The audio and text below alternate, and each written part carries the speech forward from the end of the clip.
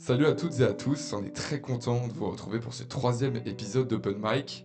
Troisième semaine, on va encore parler de l'Eurobasket. Il s'est passé un tas de choses, on rentre dans la phase la plus importante, les huitièmes de finale. Cette émission va être très intéressante, très croustillante. Alors avant de vous présenter son format, je vais introduire nos invités. Bien évidemment, on retrouve notre cher Nathan. Nathan, comment vas-tu? Ça va très bien. On s'est vraiment régalé pendant la phase de groupe et la suite, la suite va être encore plus croustillante. J'ai dit nos invités, mais vous n'êtes pas des invités, les gars, vous êtes la famille, j'oublie complètement. Je rectifie ce terme-là de suite. Et bien évidemment, on retrouve un visage commun, un visage familier de la chaîne. Mathis est de retour. Mathis, comment vas-tu? Salut Yanis, ça va, la forme, comme disait Nathan, trop cool de pouvoir parler de l'Euro et des belles choses aussi qui arrivent pour la suite de cette compétition. Des belles choses, c'est clair, il y aura plein de choses à dire. Je pense que vous avez tous pu suivre ça, entre guillemets, euh, de loin ou de près. Alors, pour vous présenter un petit peu le format de l'émission, nous on s'est centré sur deux parties. Une première partie, on va aborder nos tops, nos flops. Chacun aura deux tops, chacun aura deux flops. Pour rien vous cacher, on s'est coordonné pour pas avoir les mêmes tops et les mêmes flops, histoire que vous ayez un maximum d'infos croustillantes, mais ça va amener un petit peu de débat. N'hésitez pas aussi à nous donner vos tops et flops des phases de poule en commentaire, ça nous intéresse. Et on va faire une deuxième très grosse partie sur bien évidemment la preview des huitièmes de finale, parce que on a un tableau qui est assez intriguant, assez intéressant, et qui a été un petit peu bougé avec ce qui s'est passé aussi dans les poules, les victoires peut-être inattendues de certains pays. Donc ça va être intéressant à suivre. Messieurs, vous êtes chaud, on est parti, let's go? Allez, À fond. Et bah, je vous propose de démarrer directement dans le vif du sujet avec nos premiers tops avant de passer au flop. Nathan, je te laisse nous dire ton premier top.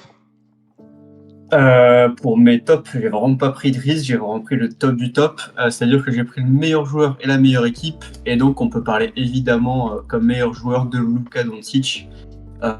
Euh, on attendait une Slovénie un peu décevante, on a vu une prépa catastrophique. Et finalement, le patron est là. On ne savait pas à quoi s'attendre vraiment dans un groupe qui pouvait être piégeux, mais le groupe de la France, hein, le groupe D. Mais finalement, Lucas a assuré, il a été en patron à chaque fois. C'est surtout sa régularité qui m'a impressionné. Il sort ses deux plus faibles matchs, on va dire, deux matchs à 26 points quand même.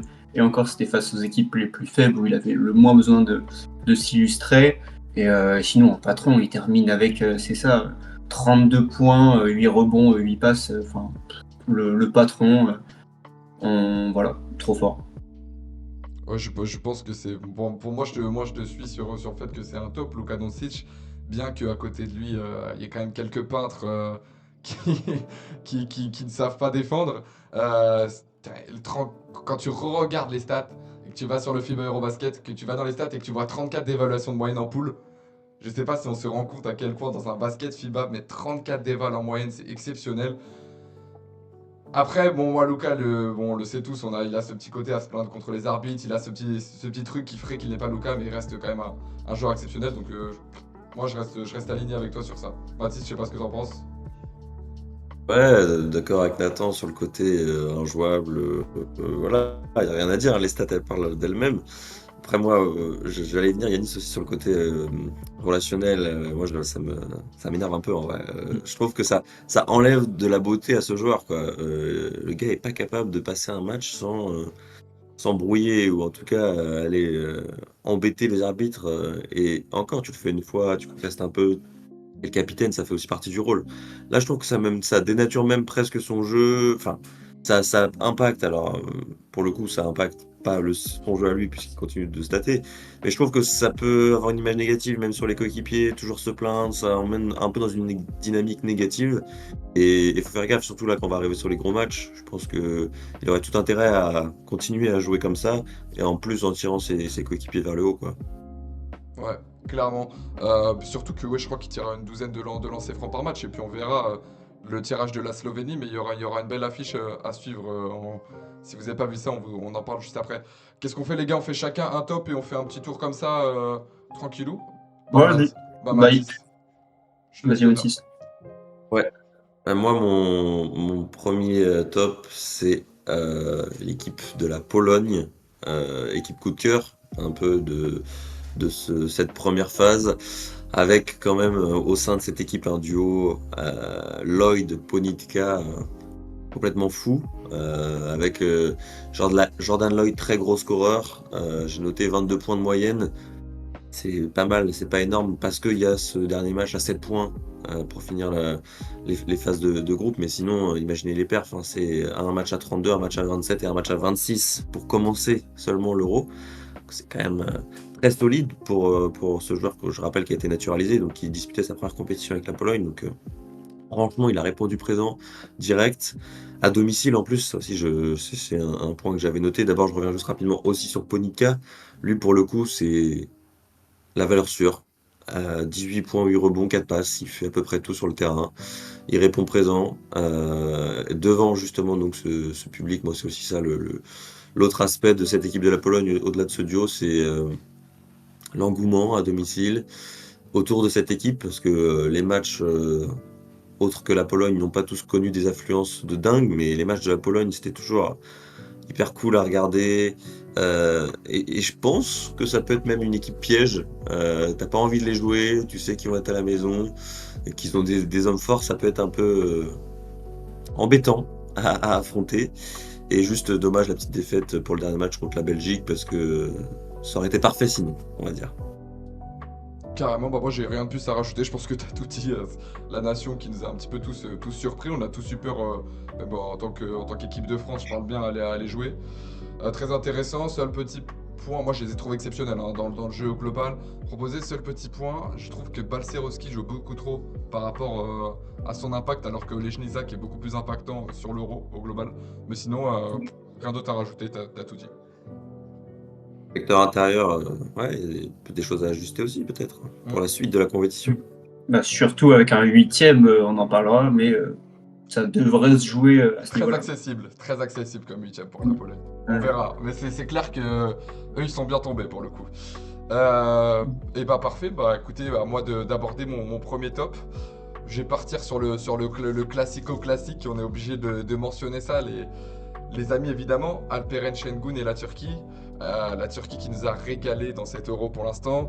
Alors il y a cette victoire contre la Serbie dans un match qui a été sans doute avec le Grèce-Espagne d'hier soir, le match le plus intéressant à suivre des phases de poule, parce qu'il y a ce duel Jokic-Şengün qui a été monumental en termes de basket proposé. Si j'ai pas mis que Alperen Şengün, c'est parce qu'il y a aussi tout l'effectif de la Turquie qui s'est mis au diapason. Alors Şengün est exceptionnel, j'ai ses stats sur le tournoi, c'est 21,6 points, 9,6 rebonds, mais surtout 6,8 passes pour un intérieur, 31,4 d'évaluation, juste exceptionnel. La façon de la technicité de jouer au poste, la capacité de shooter qu'il a développé énormément cet été, où il met des filoches longue distance, sa capacité d'organiser le jeu, les passes qu'il fait au post-up, les qualités de rebondeur qu'on lui connaît aussi propres. Et puis derrière, si je mentionne aussi la Turquie, c'est parce qu'on a des mecs qui sont mis au diapason. Şen Larkin en mode scoreur, exceptionnel pour mettre les shoots compliqués. Un mec que j'attendais pas du tout, qui était hors de forme il y a un an à la prépa de l'AS Monaco, Furkan Korkmaz, pareil, qui met les tirs open. Cedi Osman, très précieux en tant que leader. Et puis derrière, on a quand même les locaux, entre guillemets, qui font le taf. Je pense à Shemous Azer, Osmani, Sifahi, qui sont très très bons. Même à Adem Bona pour apporter de la densité physique défensive. On l'a vu face à la Serbie, très importante. Je trouve qu'ils ont un effectif très très complet, qui est assez intéressant et très bien coaché par forcément Ergin Ataman, qui a l'expérience des Coupes d'Europe, qui a l'expérience de la gagne aussi. Donc honnêtement, faut ne pas mettre la Turquie en top aurait presque été déplacé si Percé aucun de nous trois l'avait entre guillemets. Donc voilà, c'est pour ça que ça mérite en tout cas sa mention et on verra, mais grâce à tout ça, à leur 5-0, ils sont en tout cas ouverts un très beau tableau pour aller le plus loin possible dans cette compétition. Voilà, je sais pas s'il y en a un qui a un petit sujet de rebond dessus. Ouais, bah vraiment équipe magique. Ça sent que Şengün n'a pas digéré d'avoir été benché au dernier Euro et que vraiment il est venu là pour montrer que c'est lui le patron de cette équipe et il n'y a clairement pas débat. Et ouais, en vrai, la Turquie, je sais pas si je les attendais personnellement à ce niveau-là, au point de vraiment battre la Serbie tout simplement et s'imposer comme vraiment l'une des peut-être deux meilleures équipes là sur la phase de groupe. Et puis comme tu disais Yanis, on aura le temps d'en reparler, mais la voie vers la finale est quasiment ouverte, quoi. Alors il y aura, c'est réservé pour la suite de cet épisode, mais à part la Grèce, c'est quasiment le voie royale. Donc en plus des performances qu'ils nous ont montrées, c'est peut-être fait déjà en partie le plus dur, quoi. Avant un potentiel très gros affrontement en finale, ils ont bien joué le coup dès les phases de poule. Et ça, franchement, chapeau, ils ont assuré, ils ont battu la Serbie, qui est quand même sur le papier l'immense favori. Et grâce à ça, bah, ils ont fait une grosse partie du travail. Ouais, puis au-delà de ça, c'est un basket qui est quand même beau à voir. Enfin, en termes de jeu, parce qu'il y a des équipes des fois qui jouent très bien, mais c'est pas le basket le plus. C'est pas un basket très académique, très sport où ça va. Là, franchement, c'est très intéressant. Enfin, le passing game, la capacité, les shoots compliqués d'un côté, se créer des situations open en termes de basket collectif, en termes enfin, de pur jeu. Franchement, c'est super intéressant. Donc voilà pour mon top. Je pense qu'on peut faire la deuxième, le deuxième tour. Nathan, c'était chaud pour ton deuxième top. Allez, bah, il y a eu la Turquie, mais selon moi, la meilleure équipe quand même de cette phase de groupe, ça reste l'Allemagne. L'Allemagne qui avait certes un groupe peut-être plus facile que le groupe de la Turquie, mais qui a déroulé. En fait, c'est ça qui est hyper impressionnant. C'est leur capacité à être resté concentré, déterminé surtout jusqu'au bout. Là où j'en parlerai peut-être plus tard, mais la Serbie, ça a pu pêcher quelquefois, mais l'Allemagne, c'était vraiment rouleau compresseur jusqu'au bout, un effectif qu'on disait en transition entre des jeunes talentueux et de l'expérience, mais au final c'est le combo parfait. Et on voit ils ont jamais douté et ils ont jamais pris de risque. Au moment où il fallait tuer l'adversaire, ils l'ont fait. Denis Schroeder, FIBA, on le connaît, mais c'est toujours aussi impressionnant. Daniel Theis, hyper efficace dans la raquette. Et Franz Wagner, même s'il a du mal parfois à lancer ses matchs, au final il score toujours et il est magnifique tout simplement. Ouais, Ouais, franchement, Vas-y, Mathis, je t'en prie. moi, je peux que confirmer ce que vient de dire Nathan. Avec la stat, je crois, l'écart moyen, c'est 30 points sur leur match de poule. Voilà, hein, je sais pas ce qu'on peut dire de plus. Quand tu te balades autant, ça veut soit dire que les autres sont vraiment faibles, soit que tu es vraiment très fort. Je pense que, voilà, plutôt quand même sur la deuxième option, même si, comme tu l'as quand même souligné, la poule n'était pas la plus relevée de cet Eurobasket. C'est quand même des très grosses performances. Je te suis sur tout ce que tu as dit, Nathan.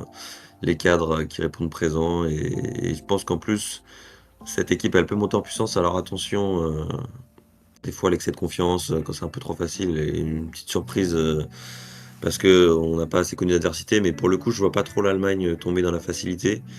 Et franchement, on savait, hein, champion du monde en titre, mais très très grosse nation. Ouais, moi j'ai vraiment pas grand chose à rajouter de plus, hormis le fait qu'ils sont ils surfent sur leur titre de champion du monde et leur bon été olympique, malgré le fait que la France leur a privé entre guillemets d'accéder à la finale et qu'ils ont ensuite perdu la petite finale contre la Serbie. Ça reste une des top 3 nations mondiales et on le voit clairement, ils font partie des favoris pour l'Eurobasket. Et tout ce qu'on disait sur le début de la compète, il n'y a pas de. Ils font juste que confirmer pour l'instant les attentes et c'est la nation qui a dominé pour l'instant le plus les phases de poule. Voilà.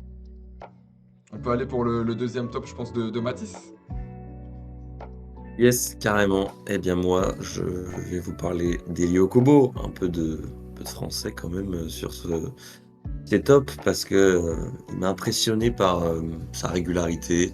C'est le deuxième scoreur de l'équipe, avec plus de 13 points de moyenne, et Gershon est à 14, donc il est vraiment quasiment le meilleur. Et surtout, moi je trouve le plus impressionnant, c'est la régularité, je l'ai dit, 12 points, 14 points, 13 points, 14 points, 14 points sur ces matchs. Entre 12 et 14. Forcément, c'est réglé presque pardon, comme une horloge. Le gars, avec sa main gauche, il va mettre les paniers importants. Toujours le petit shoot à la fin là, contre la Pologne pour assassiner entre guillemets les adversaires, contre la Slovénie aussi, il met un gros tir. Enfin, je trouve qu'il a passé un cap au niveau FIBA. On se souvient de la sortie de Vincent Collet à la Coupe du Monde 2023 qui disait joue pas avec Eli à Francisco, si je dis pas de bêtises. Donc pour dire à quel point il était peu considéré lors de cette compétition, alors compétition qui a été dure pour tout le monde, la Coupe du Monde 2023, puisqu'on sort dès les phases de poule, mais voilà. Je trouve qu'il change vraiment de statut. C'est le seul de l'équipe à avoir marqué 10 points ou plus à chaque match. 50% aussi au tir à 3 points. C'est vraiment, vraiment fiable. Dans une équipe où ça a été compliqué quand même, sauf le dernier match contre l'Islande. Et puis, aussi, au-delà de toutes ces qualités, il facilite le jeu avec 5 passes décisives de moyenne, un peu plus même. Et ça, je trouve que c'est le petit truc qui fait la différence. C'est qu'il est capable, en plus d'être ce gars qui met les points, c'est d'assurer avec des passes d'ess là où bah, ça peut être un peu plus compliqué à la main, comme Nathan, tu nous en parleras tout à l'heure. Ouais, bah là, pour rebondir un peu sur ce que tu as dit, c'est ça, la création, c'est clairement ce qui a manqué, ce qui a pêché face à Israël pendant la défaite française. Donc c'est là que Eli a fait du bien ensuite, même si il a un peu tardé à lancer sa compétition. Mais une fois qu'il a trouvé son rythme, c'est ça, il est hyper régulier. Il a mis des paniers clutch qui ont pas mal sauvé la France quand même. S'ils sont premiers du groupe D, c'est en grande partie grâce à lui, je pense. Ouais, clairement, bah moi j'ai écouté les gars, j'ai pas grand chose à rajouter de plus, hormis le fait qu'on s'en était parlé quand même dans les précédents épisodes de ça, du cas Elio Kobo, dans le premier avec Loom notamment, sur le fait qu'il fallait lui donner 25 minutes de temps de jeu si on voulait voir un Elio Kobo impactant. Ensuite on s'en était reparlé avec Loom et Nathan sur encore comment réajuster nos rotations avec le retour de Nadir Efi. Et je pense qu'aujourd'hui, dans des matchs qui comptent, peut-être pas sur des premières mi-temps parce qu'on voit que Frédéric Fautou quand même adapte ses 5 sur les deux mi-temps, mais je pense que Elio Kobo on peut clairement le lancer. Enfin, c'est un gars qu'il va falloir lancer en meneur clairement sur le poste 1 parce qu'on a un gros déficit. Ni Théo ni Sylvain entre guillemets n'arrivent à prendre ce leadership sur le poste 1 et Eli le fait à la meilleure des façons. Donc c'est un joueur qu'on pourrait retrouver en meneur titulaire avec à côté pourquoi pas de la grande taille pour compenser un petit peu le déficit qu'on a aussi au poste 5. Voilà, c'est juste une petite remarque comme ça sur là où ça pourrait être ajustable, mais je rejoins tout ce que vous avez dit. Voilà. Bah écoutez, je pense qu'on peut passer au troisième et dernier top, enfin plutôt sixième et dernier top, pardonnez-moi, de cette petite série. Moi j'ai mis la Bosnie-Herzégovine dans une logique un peu de classement. La Bosnie qui a terminé troisième de la poule C, une poule qui était quand même attendue comme le groupe de la mort. Ils ont réussi à mettre derrière eux quand même l'Espagne et la Géorgie, qui sont quand même deux bonnes nations. La Bosnie-Herzégovine, mine de rien, ils ont fait leur petit parcours tranquille. 3 victoires, 2 défaites, ils terminent dans le positif dans cette poule-là. J'ai noté bien évidemment une win contre la Grèce. Attention, il n'y avait pas Giannis Antetokounmpo, mais ça reste quand même une très grosse victoire. On sait que c'est une équipe qui aurait pu avoir un statut d'outsider assez fort s'il y avait notamment une Zanan Moussa qui est absent et qui manque cruellement à cette équipe-là. Mais je trouve qu'il y a un vécu collectif qui est super intéressant. Ils sont très solides à l'intérieur. On a Nurkic qui est vraiment impactant, qui fait un super Eurobasket, même au-delà des statistiques, dans le leadership qu'il transmet à ses coéquipiers. Ensuite, on a Hatic qui est très très bon. Robertson aussi, que j'ai trouvé très bon, le naturalisé à la main, le petit John Robertson qu'on a vu passer à Strasbourg, qu'on a vu dans pas mal de clubs européens, qui au scoring est vraiment impactant. Et notre ami de Dubaï, Kenan Kamenias, qui est pas mal aussi en sortie de banc. Donc ouais, ils commencent à trouver leur rotation. On sent vraiment qu'il y a une équipe qui est concernée. Amar Gigic aussi, que j'ai bien aimé, plein de petits noms qui sont passés aussi par le championnat de France. On sent qu'ils commencent à trouver leur vécu leur vécu collectif qui passe par de l'ancrage à l'intérieur. Et en tout cas, ils ont fait énormément de mal hier contre la Géorgie, qui a eu du mal à gérer justement ça. Et en fait, dès qu'ils se débloquent à l'intérieur, que ce soit par du post-up, par du pick and roll, derrière, forcément, ils trouvent des postes extérieurs assez ouverts. Ils jouent un basket simple, mais un basket qui passe bien. Et ils sont pas faciles à prendre, et encore une fois, on en parlera en 8ème, mais ils vont prendre une nation qui est plutôt abordable. Voilà, je sais pas si vous avez On parlait quelque chose. tout à l'heure, Vas-y, je t'en prie. on parlait tout à l'heure de la Pologne comme un peu équipe piège. Je pense que la Bosnie, c'est un peu aussi ce genre de collectif. Les gars, ils jouent ensemble depuis longtemps, ils se connaissent bien. C'est toujours dur à jouer cette équipe de la Bosnie. Tu as cité les noms, Yanis. Voilà, c'est quand même des joueurs qu'on connaît tous, qui sont plutôt référencés dans les championnats européens, voire NBA, Nurkic. Alors certes, il manque en plus leur deuxième star, Zanan Moussa, mais c'est des du basket bien huilé, un peu à l'ancienne, Europe de l'Est, et c'est toujours une équipe. Bah, la France, c'était, je crois, après une belle grosse défaite il y a quelques années en qualif, je sais plus pour quelle compétition, je me demande si c'est pas pour l'Euro d'ailleurs. Mais enfin voilà, alors, il y a aussi le contexte, aller jouer là-bas, c'est compliqué, mais même sans être à domicile, cette équipe donne du fil à retordre à ses adversaires, et je suis d'accord, je pense que c'est une petite équipe à surveiller quand même. Clairement, je sais pas si Nathan, t'as quelque chose à rajouter.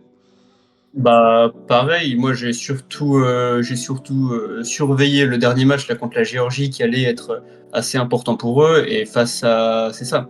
C'était un duel qui était assez équilibré selon moi et au final ils ont réussi à le gérer malgré des très bons Bitadze et Mamoukelashvili en face.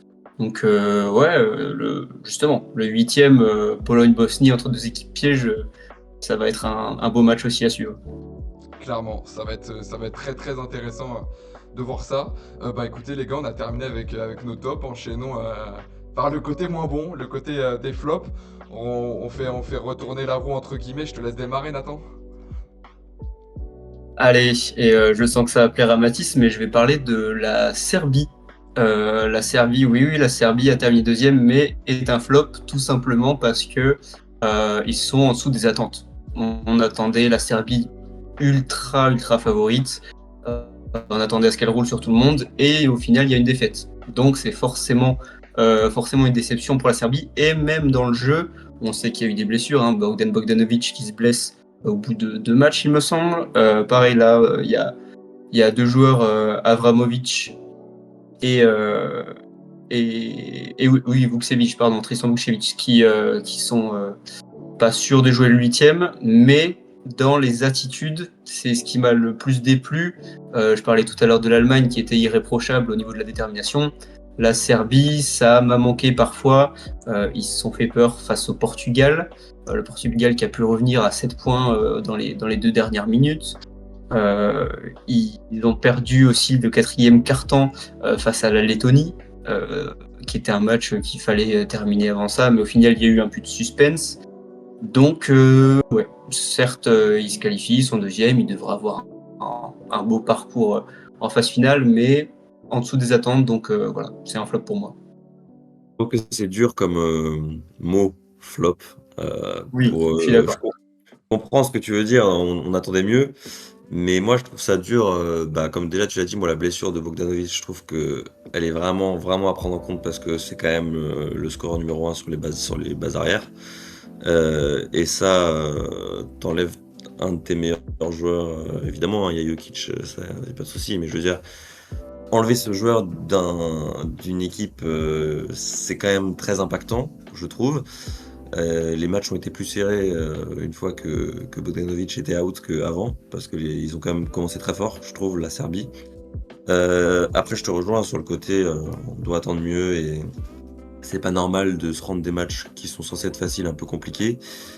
Moi, ce que j'avais surtout envie de retenir aussi, c'est que finalement, ils ont gagné ces matchs-là, ils font le job. Je vois un peu, alors, une équipe qui va monter en puissance aussi. Enfin voilà, c'est la Serbie, quoi. Moi, je pense que c'est dur de les considérer comme flop, sachant qu'ils finissent deuxième de leur poule, limite pas en gestion, mais presque, quoi. Moi, j'ai l'impression que certes, c'est poussif un peu, mais moi, je pense que, alors, je vais pas dire que c'est maîtrisé parce qu'ils se sont fait dépasser sur certains endroits, mais moi, je pense que vous allez voir ce qui va se passer après. Voilà. Je pense que j'ai pas d'autre chose à dire. Rebondir quand Ok, même. ok. Non, mais ouais, vas-y, Yanis. Moi je suis d'accord sur le fait que pour l'instant ils sont pas à 100%, ils sont en train de tranquillement ils ont pas joué tout leur basket en poule. Mais Absolument. là où je rejoins Nathan, c'est que quand même, tu es dans une phase de poule où aujourd'hui à l'Euro, t'as quand même un tirage, tu dois tomber du bon côté aussi. Et, euh, et le fait qu'ils jouent pas les money time quand ils mènent de 20 points, qui se permettent de perdre leur quatrième carton à gogo, qu'au bout d'un moment ils disent bon, on a 20 points d'avance, on laisse tomber les rencontres. Tu sais pas ce qui peut t'arriver, il y a du goal average, il y a ça et tout. Oh là. Ah c'est Nathan qui a perdu la cam. Il y a du goal average, il y a tout ça.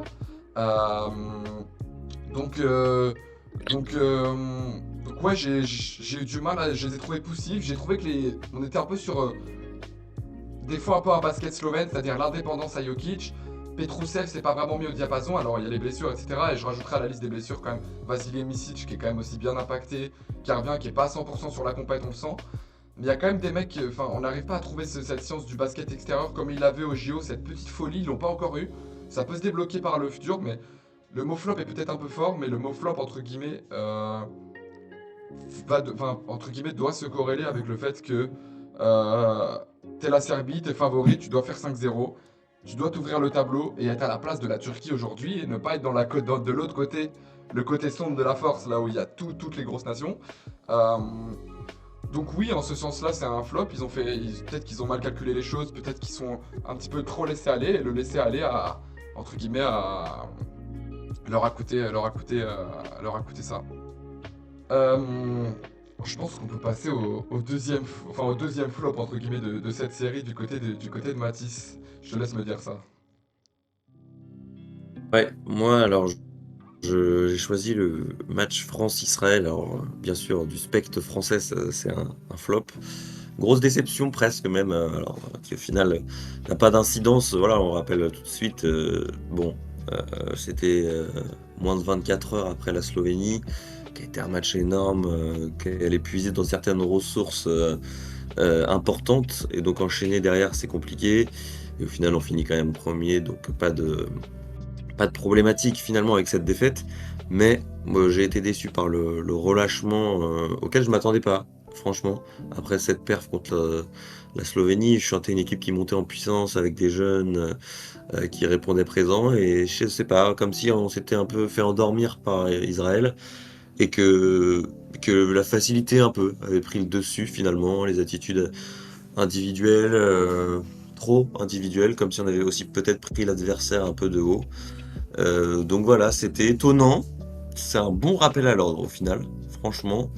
Et moi aussi, ce qui m'a marqué, ce que j'ai noté, c'est la défense de zone. On n'a pas été capable de s'adapter correctement. On s'est un peu entêté à shooter.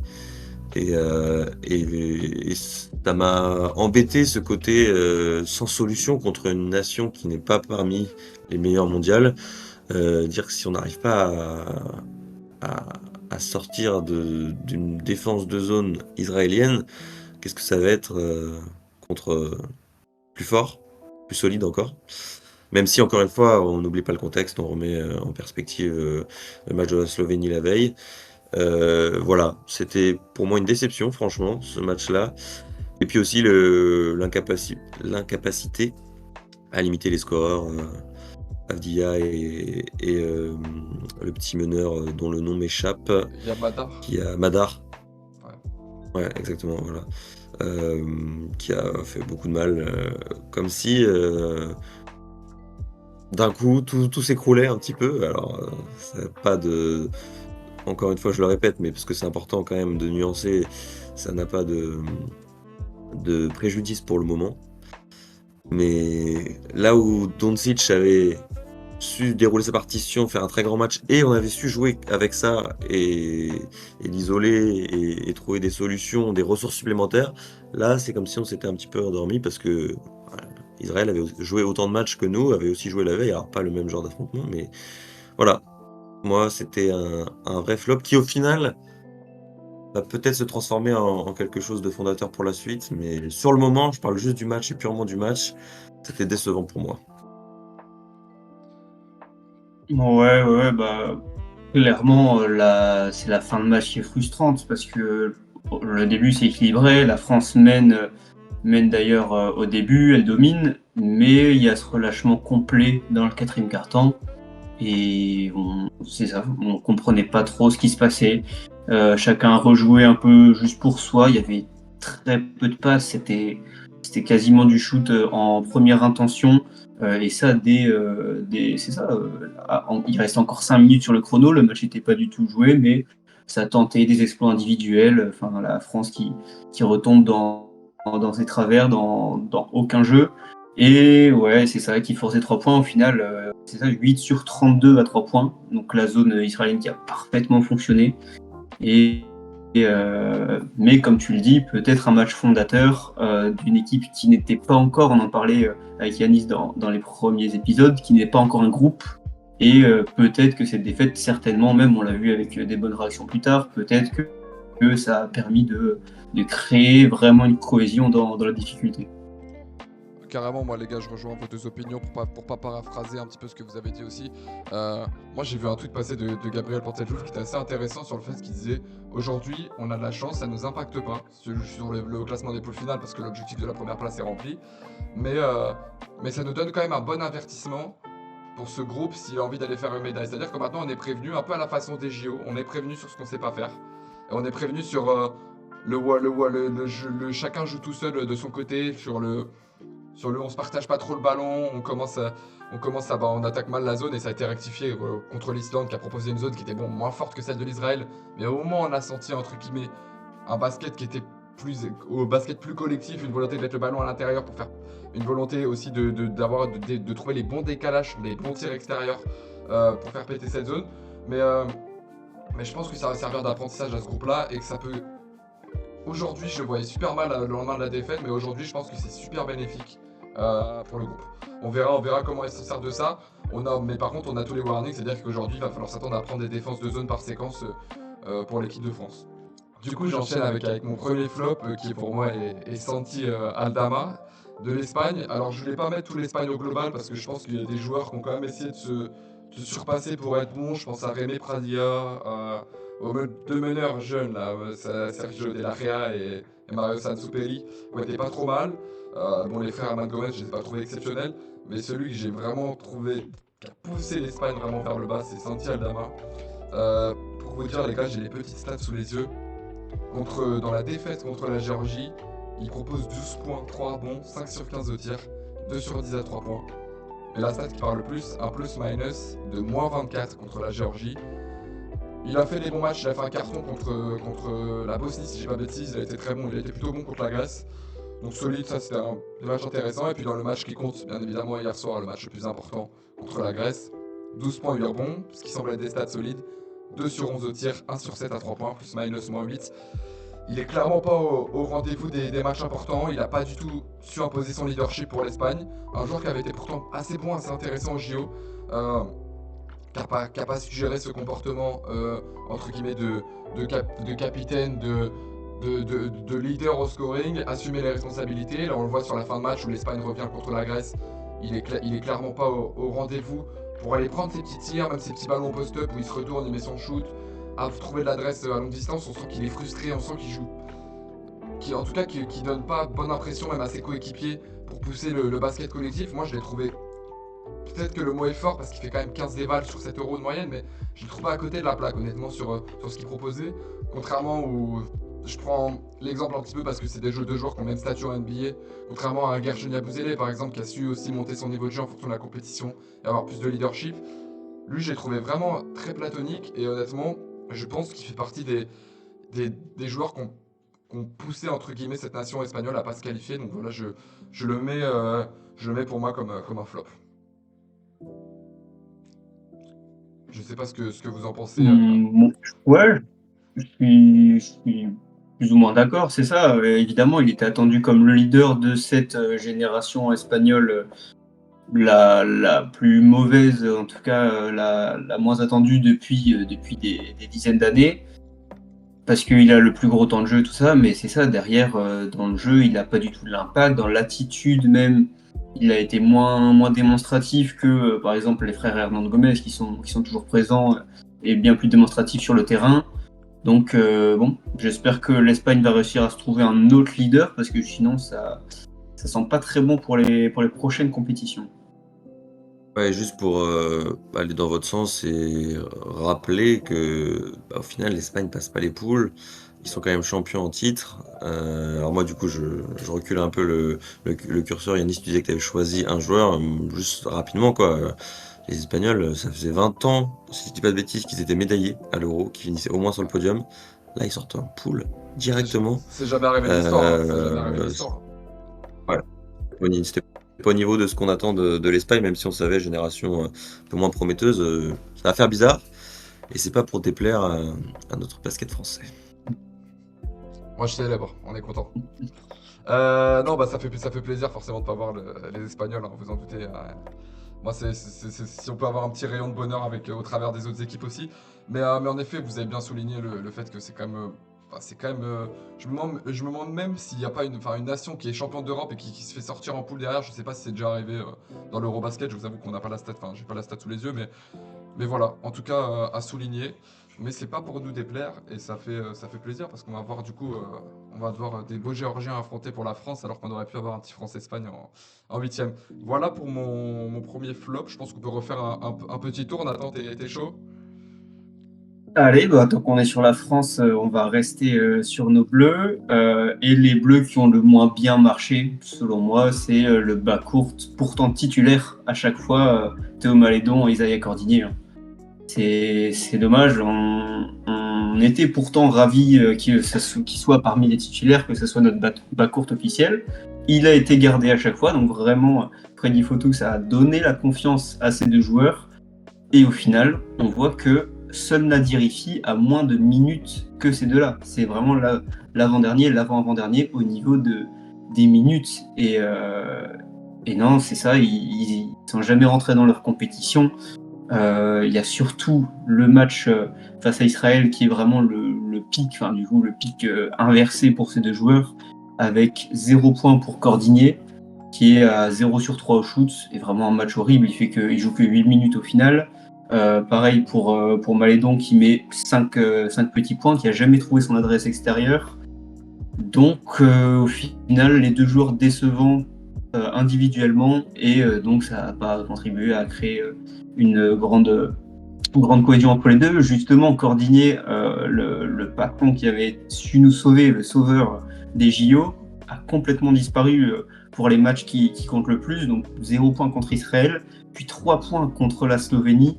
Donc je pense que c'est limite lui qui me déçoit le plus. Malédon a su apporter de l'agressivité, même s'il scorait moins, de l'agressivité balle en main, avec pas mal de défense, même s'il était parfois en retard.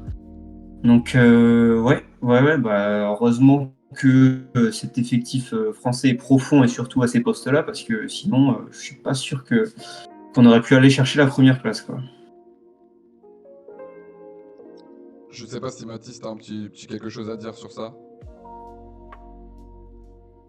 D'accord avec Nathan, hein, franchement, surtout Cordigné. Je suis d'accord parce que je trouve que Malédon, c'est par séquence, hein, c'est loin d'être parfait, mais il y a peut-être un peu plus de signaux positifs. Yanis, c'est pas d'accord, ça va être d'avoir ton avis, mais en tout cas, moi, je trouve que Malédon, il est capable d'avoir ce N1.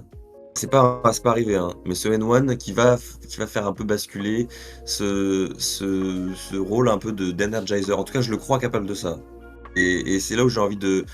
Alors certes, là, on est plus sur un débrief de la phase de poule que sur ce qu'on attend après pour l'équipe de France, mais c'est là où je le crois capable d'être à sa place, parce que meneur titulaire de l'équipe de France, c'est un statut assumé. On sait qu'il a la blessure de Mathieu, donc c'était aussi pas prévu. Voilà, c'est aussi une compétition, sa première compétition en tant que titulaire, alors que Cordigné, comme tu l'as dit, il avait déjà un statut en équipe de France, il a fait des Jeux Olympiques magnifiques, il fait partie des 3 gars restants des Jeux Olympiques, Cordigné. Et moi, je trouve que oui, lui aussi, il est capable dans le futur, mais sur ce début de compétition, bah, c'est pas ce que j'attendais de lui. J'attendais plus de leadership sur le terrain. Alors, je te comprends sur le côté leadership de Isaac Cordigné. Après, pour moi, Isaac Cordigné, il fait principalement son jeu, il débloque ses attitudes offensives par beaucoup d'énergie sur le terrain. Par son énergie défensive qui a été un petit peu aussi stoppée par les coups de sifflet.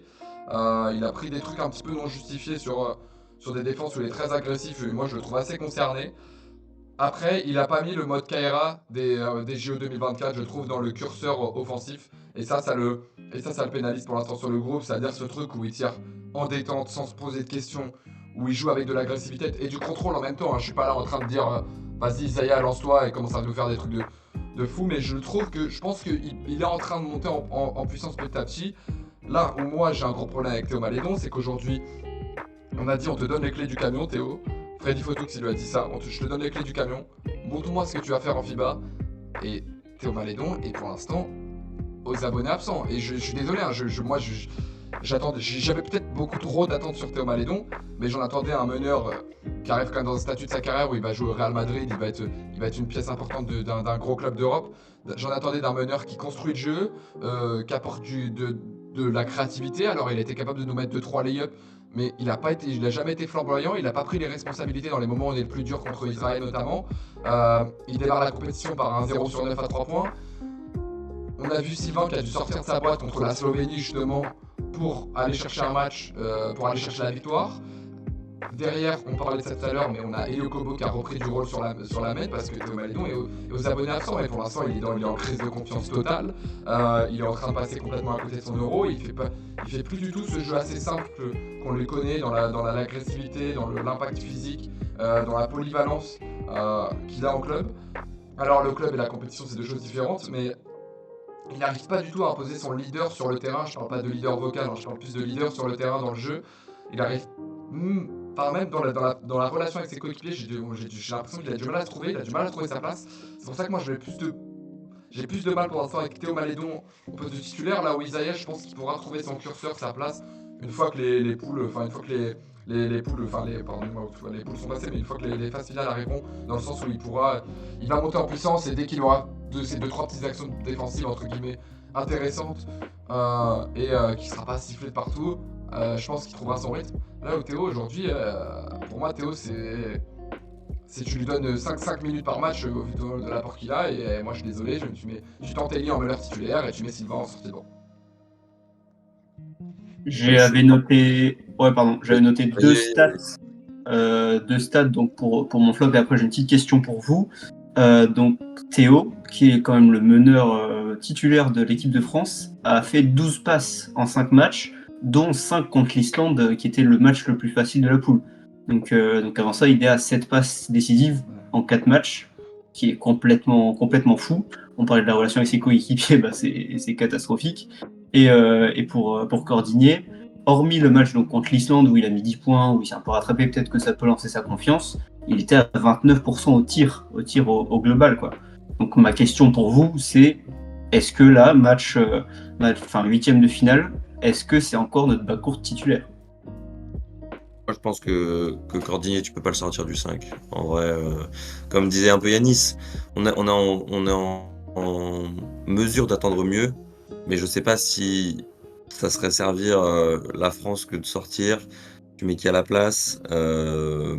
Moi, je pense pas qu'il faille le bouger, franchement. En fait, moi, je parlais tout à l'heure que j'attendais plus de leadership, un peu comme Yanis, tu disais sur Malédon, mais pareil sur le terrain, que le gars, il emmène l'équipe, il a vécu avec Gershon et Koulibaly les jeux, ils sont que 3, quoi. Et même si chaque compétition est différente, mais il y a aussi ce côté transition, on fait vivre un peu l'équipe qui nous a fait rêver l'été dernier, et avec une mentalité, une identité bien précise, on a eu du mal à retrouver, en tout cas qui a mis du temps à arriver.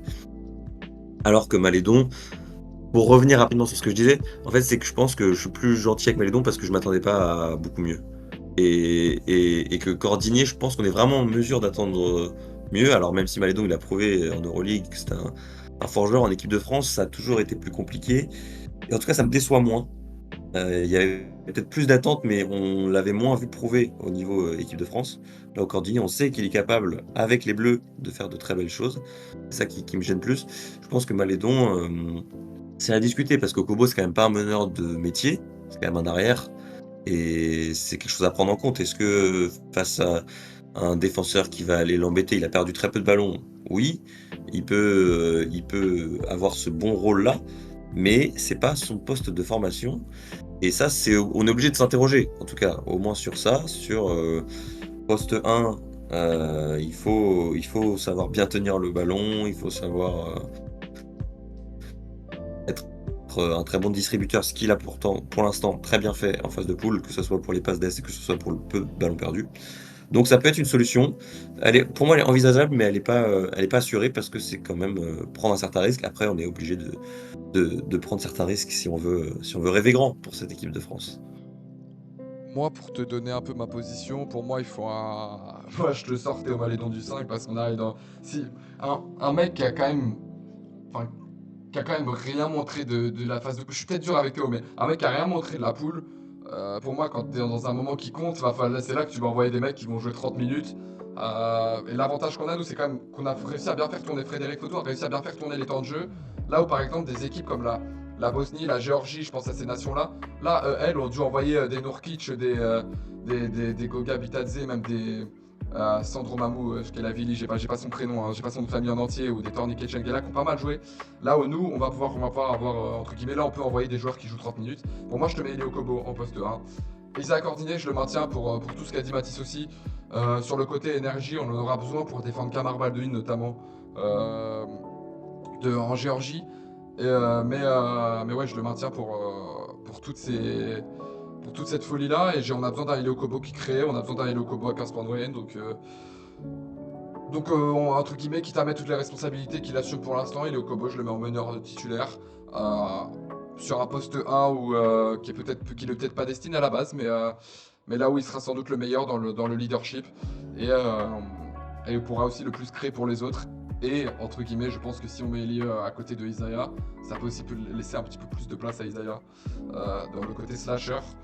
Donc voilà pour moi. Je pense qu'on peut enchaîner avec le deuxième flop de Matisse. Ouais, alors moi, je vais sortir un peu d'une équipe, d'un joueur. Je vais juste parler du format de l'Euro que je trouve dur à enchaîner, enfin le rythme que je trouve dur. Avec 5 matchs en 6-7 jours, ça fait jouer tous les 2 jours. Encore, ça me choque pas. Le fait qu'il y ait des matchs en back-to-back, moi je trouve ça, dans une compétition, je trouve ça vraiment dur. Ça va vraiment chercher les joueurs. Ils sont en fin de saison, au début de la suivante, même plutôt. Et certes, c'est le but de la prépa et c'est le but d'une compétition estivale, c'est qu'il faut être prêt et c'est un challenge, mais je trouve ça vraiment, je sais pas, un peu trop élevé comme cadence et comme fréquence. Franchement, tu laisses 1 ou 2 jours de repos en plus entre chaque match, je pense que c'est pas choquant et que ça laisse de plus belle qualité aussi de jeu derrière. Il y a quand même eu 3 blessés importants que j'ai notés pendant la compétition, parce qu'il y avait des forfaits avant, mais il y a Bogdan Bogdanovic, on en a parlé. Il y a Jokubaitis avec la Lituanie, qui était quand même le joueur phare de cette sélection. Et il y a Alexar avec les Bleus. Alors ça peut être la faute à pas de chance, ça peut être des coups, mais c'est quand même des forts joueurs de leur équipe et je pense que les organismes ils sont vraiment mis à rude épreuve avec ces enchaînements. Donc voilà, c'est coup de gueule, c'est un grand mot. Petite déception parce que je pense qu'on a vraiment intérêt à privilégier la santé des joueurs et ça changerait, je pense, pas grand-chose à rajouter un jour de repos de plus. Et justement, ça va aller dans ce sens-là. J'ai regardé le calendrier pour la suite de la compétition. Il y a toujours 2 ou 3 jours d'intervalle sur la phase finale. Sur les huitièmes de finale, si tu joues jamais 2 matchs de suite, forcément t'as moins de matchs, plus on avance, et donc c'est plus espacé, puisque la finale est le dimanche dans un peu plus d'une semaine, et qu'il y a 4 matchs à jouer. Donc voilà, ça espace un peu plus, et pour le coup, il faut aussi le dire quand c'est mieux, je trouve que ça va être plus bénéfique pour tous ces joueurs. Ouais, personnellement, je suis d'accord et en fait, ça gâche aussi le spectacle. On a vu Giannis Antetokounmpo qui a pas joué de match juste pour rester en forme. Peut-être que ces 2 matchs en plus où il y a Giannis et donc pas plus de gens qui regardent, si juste ne serait-ce c'est ça qu'un jour de repos de plus entre chaque match ou juste pas de back-to-back. J'avoue que le back-to-back, ça m'a choqué juste dans une compétition comme ça. À ce haut niveau-là, qu'il puisse y avoir des back-to-back, je sais pas, ouais, c'est vrai que ça serait quelque chose à changer et c'est dans l'intérêt du spectacle. C'est vrai que là, on a perdu pas mal de gros joueurs et à voir ce que ça va être dans la suite. J'espère qu'on va avoir quand même des demi et une finale avec des armadas au complet. Je pense que pour moi, en tout cas, le format est assez FIBA business dans le sens où ça fait plus de droits télé, plus de recettes pour la FIBA. Après, le problème c'est qu'il faudrait étaler la compétition sur un temps plus large parce que ces poules assez grandes aussi, qu'elles soient de 6 équipes, permettent entre guillemets à des petites équipes comme la Grande-Bretagne de jouer 5 matchs dans l'Euro au lieu d'en faire 3 sur des petites poules et de se faire terminer et de dire bon bah moi j'ai mobilisé mon équipe nationale pour 3 matchs, j'ai pris 20 pions à chaque match et puis voilà je rentre chez moi. C'est pour ça aussi ça permet aux équipes locales de voir aussi par exemple une équipe comme Chypre, une équipe comme j'ai perdu l'Islande qu'on a chez nous. Ça permet aussi aux publics locaux de voir leur club, leur sélection briller, entre guillemets. Mais pour moi, le format, la solution qui répond à ça, c'est de faire des plus petites phases de poule avec peut-être des poules de 4 équipes, avec des matchs espacés de 2 jours, je suis d'accord, et peut-être une qualification directe par des quarts de finale, parce qu'on a une compétition à rallonge, mine de rien. Un peu dans un format peut-être plus JO, mais alors là, ça imposerait d'un côté de mettre plus de TQO, donc de tournois qualificatifs. C'est un peu. C'est pas une histoire sans fin, mais c'est un petit peu compliqué, en tout cas, je crois, pour la FIBA de mettre ça en place côté financier. Moi, je suis d'accord avec le fait que ça tire sur les organismes et qu'au final, c'est plus négatif qu'autre chose. Et pareil, quand t'es fan de basket et que tu te dis j'ai envie de regarder l'Eurobasket, je sais pas s'il y a un mec qui a réussi à suivre tous les matchs, quoi. C'est-à-dire que faut en avoir sous la semelle, parce que ça fait une densité de match ultra importante. Donc la solution, ce serait passer par une réduction entre guillemets du nombre d'équipes inscrites à l'Euro avec des poules de 4 équipes et avec un format qui est plus Jeux Olympiques. Voilà, je pense qu'on a fait entre guillemets le tour sur ce petit flop. Allons-y pour Vas-y, Addis, bah, du coup, régale-nous avec ton dernier flop. je vais vous régaler ou je sais pas, peut-être que celui-là il est un petit peu plus unpopular dans le sens où peut-être que c'est pas celui qu'on mentionne en premier, mais moi j'ai parlé du Monténégro qui a pas réussi entre guillemets à passer les phases de poule. Une victoire 4 défaites. Les gars, j'ai noté moins 77 sur la compétition de goal average au global. Ils ont pris des roustes contre tout le monde. Honnêtement, je les attendais plus haut. On a vu une équipe que nous, on a joué en prépa en tant qu'équipe de France qui était quand même assez intéressante. Il y a Vucevic qui fait top 5 éval de l'Euro. Je vais parler un petit peu, rentrer peut-être un peu juste après dans le collectif, mais moins 6 contre la Grande-Bretagne. Perdre contre la Grande-Bretagne, pour moi, c'est un sacrilège déjà. Avec une fin de match qui n'est pas du tout maîtrisée. Dans un match, entre guillemets, qui est leur dernier match de poule où ils pouvaient se qualifier et prendre la place de la Suède. S'ils gagnaient, ils étaient en huitième de finale et ils perdent contre la Grande-Bretagne. Donc c'est ce qui montre un petit peu une volonté un petit peu gâchée pour la dernière de Nikola Vucevic. Moins 6 contre la Suède. Ils ont manqué leur grand rendez-vous, leur grand match-up. Vucevic était clairement trop seul. Kyle Allman, naturalisé à côté, n'a pas du tout géré. J'ai noté 26,7% à 2 points pour Kyle Allman, qui aurait dû être vraiment le deuxième leader derrière Nikola Vucevic et qui n'a pas du tout assuré sur le jeu. 18 pertes de balles en moyenne. On n'a pas vu un basket fort. J'ai trouvé Simonovic aux abonnés absents sur la rotation intérieure.